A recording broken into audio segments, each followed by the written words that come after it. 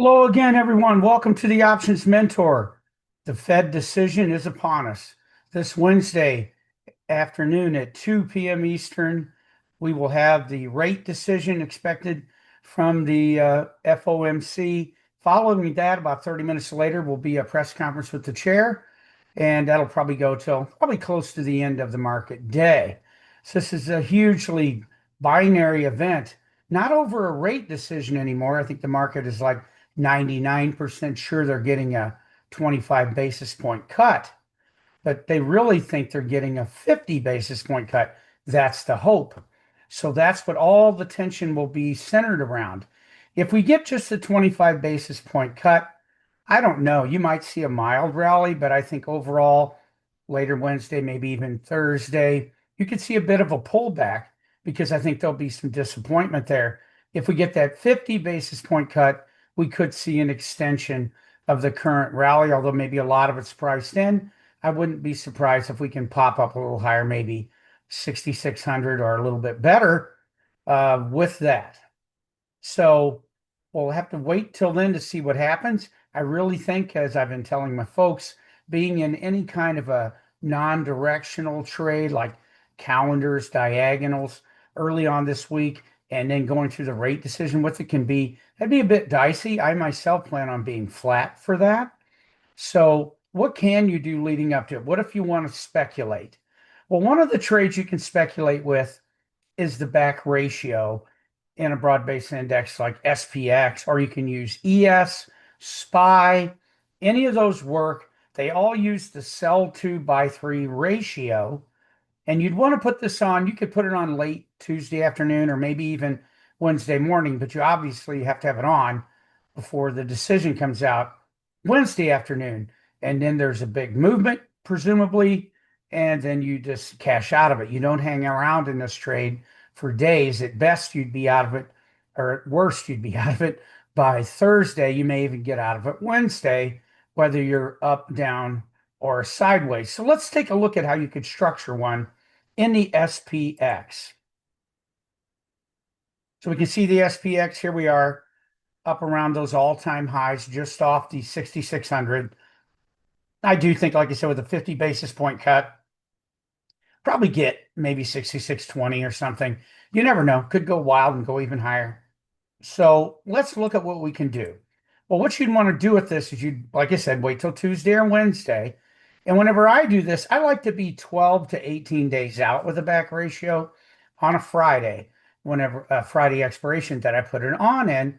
The reason for that is if it's too close, you just don't get the money you're looking for. And then too far out the same way, you don't get the credit you're looking for, and it's a little slower on developing movement for price. That is, the price doesn't change a lot. The further out in time you go, even with a big move, you'll probably make a little less money than if something was a little nearer term. And I've found that the back ratio done about 12 to 18 days out is probably best. Now, there's other things that go into it. I'm going to show you the basic setup. I do have a course on this, by the way, on the site. There's a link in the description for all of my courses if you'd like to dive deeper into this or any of the trades that you see me use. All right, so I'd be using the October 3rd expiration. Yeah, you're seeing right now it's 20 days out. I'm setting this up, by the way, on Saturday, and you'll be seeing it on Sunday. But by the time Wednesday rolls around, we'll be in that 12 to 18 range. So what I normally do with this is I look where we're trading, in this case, 65.84. Now I want to go up above that. It varies how much to sell my short strike. My short strike will be nearer than my long strike. So let's suppose I went up to maybe 66.50. And I'm going to use calls here in the SPX and a back ratio. Now I'm going to sell 2. You should be seeing it there on your screen. Buy 3. So you're selling 2 shorts, buying 3 longs. Now I generally make this 50 points wide between the shorts and the long. I like to get an $8 or $10 credit. Sometimes I'll take less.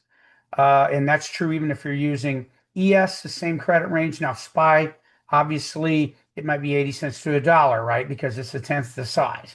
But this in SPX or ES, you're looking for around that. Generally, I've done them at $5 and $6, but I prefer 8 or 10 or more I've done them as high as I think 18 and change. So depends on what you can get out of it. Now let's look at the risk profile. So once I select some strikes to at least evaluate, then I pull up the risk profile. And what I want to see here is I want to see something. If it takes off, I make money rapidly. In either direction, I'm a little more tolerant on the downside because this is a long Vega trade. And if it goes down, it'll probably be higher than this says anyway. And we don't care how far down it goes. We're perfectly safe on the downside. The market could go to zero and you'd make money because you get the credit. So we don't have safety concerns on the downside. Now, on the upside, we like a big explosive up move, but we have to be a little careful because ultimately on the upside, we can get up into this, what I like to call the sea of death, where you could lose a lot of money if you're in this trade for several days and we were up in here. So that's why I like to be out of it in a day or two, just because time decay and volatility greatly affect this trade. For instance, if you have this on and it does go up here really quickly Wednesday afternoon, I would take that profit right now because the volatility is likely to come out very quickly because now the tension of what's going to happen is gone. The news is out, so volatility will be dropping. So you want to get out of this in a hurry, particularly on the upside, if you get a good pop and get some profit. There is no set profit goal. There's no adjusting this trade. It's on, it's off. So most likely Wednesday afternoon, you'll be out of this trade, whether you made money, lost money, or it laid there. You know, you could take it into Thursday, but most of the time I don't do that.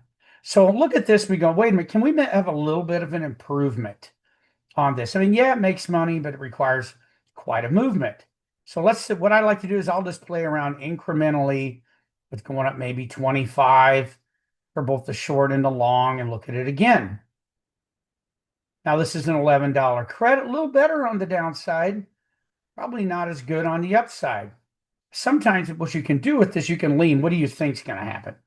Do you think that they're most likely you want to kind of lean that we're going to get a big rally because they're going to get what they want, the 50 basis point cut? Well, then you might pick something that's a little more favorable on the upside and be willing to tolerate a little less robust downside profit, at least immediately. So I'm going to go up one more. Yeah, that doesn't look so hot. So let's try one other thing. Let's try going down to 66.25 and 66.75. Now I want to tell you this. Whatever you see me do here today could be different on Wednesday when you put this on or Tuesday afternoon. So just reevaluate it and see what looks good. That doesn't look so hot. I think our best bet, particularly if you have a little bit of a bullish slant to what you're doing, is probably the original one I looked at, the 50, 6650, 6700. Now, if you look over here, you can see the margin. The margin on this is extremely high. To sell 2, buy 3, it's 10 grand. If you sold 4, bought 6, it's 20 grand. So that's a lot of margin. Now, of course, that can make it prohibitive for a lot of folks. So you need to maybe do it in SPY where it's 1/10 the size, or maybe even an ES where it's half the size, if you like to do in futures. So keep that in mind. Now certainly they're going to hold this out of your account. It's going to be 10 grand less your credit. So this is around an $8,900 trade if you put it on with $11 credit at 10,000 margin. Now, a lot of times when you put on a trade, particularly a non-directional one, you go, wait a minute, man, am I really risking that? Well, you are technically, but the likelihood of you losing even thousands of dollars in this is unlikely as long as you take it off by Thursday. For you to lose that kind of money, you're probably going to have to be in it probably till the following week. Don't do that. So you can always protect yourself. You're not going to have the Fed rate decision come out and be down thousands of dollars. It's not with the selling 2, buying 3. You might be down hundreds of dollars, and you need to get it off, but it won't be some $4,000 or $5,000 loss Wednesday afternoon because this trade's made really for big moves, and this losses come over time. Now you could be down pretty significantly by Thursday, even up in here. If the prices up in here, volatility really drains. So, like I said, yes, it's very expensive. Yes, you'll have to have that level of money, but it's not. It's not like you're in an iron condor where you could wake up tomorrow and truly be down $8,900. if you had that much at risk on an iron condor, if there was some huge move. A huge move or the lack of a huge move, you can be down money. It won't be astronomical if you're selling two buying three. You start building on this and make it bigger, sure. You can be down thousands if you wanted to do this several times. But anyway, that's the back ratio. That's something you could look at if you want to play for a big move. Now, this is a trade you do before a big move, and you have to really think it's going to get a move on, right? If you thought we were going to move 10 or 20 points in either direction, I wouldn't bother. But if you think we could get 60, 80, 100 points of upside, then yeah, this might make sense for you if you want to do it. Now, this is a trade you really need to be watching. This isn't something you put on and say, hey, Mark, I'll check it at the end of the day on Wednesday. I wouldn't do that. You want to be right there when the news comes out. See if the big move comes, maybe, over the next 30 minutes to an hour. If you're up in here and you were up this kind of money, take it right now. Don't wait and hope it just keeps climbing and you keep making money because volatility is going to drain. I've seen this, and when you do these, say for a pre-market report, comes out an hour before, and then the market opens, I've seen these be up several $100s right at the open and be down within 5 minutes because volatility drains. So get this thing off if you're going to be in it. The only way you could ever linger in this is if we had a huge down move and you could be patient. You don't have much risk. Your only risk is what? What's my risk if it went down 100 Wednesday afternoon? Well, you're going to make money. I'd just take it. But your risk would be ultimately, what if it goes back up 100 over the next day or two? Well, then you could be down if you're up in here because of time decay. But so keep all that in mind. This is a fun trade to do. It's fun when it works. And I thought I'd show it to you guys. Like I said, I won't be here. I won't be doing it myself because I'm out of town these first 3 days of the week. And like I said, I don't mind being flat myself, but this is a nice speculative trade. And I will be back here, of course, next week with a new trade idea. And I think it could really, I'm hoping, usher in a pretty good market for your non-directional trades because now we got this Fed decision behind us, at least for a little while, till the next meeting, and to see what they think. And we'll have to see what Powell says and maybe even what their own wording says about how many rate cuts we could expect the rest of the year, if any. So keep all of that in mind. I think after this is over, maybe even Thursday might be a good day for our non-directional trades. If you'd like to learn more about those, don't forget to check the links in my description. You can also check out one-on-one mentoring with me. Just email me at that email address there.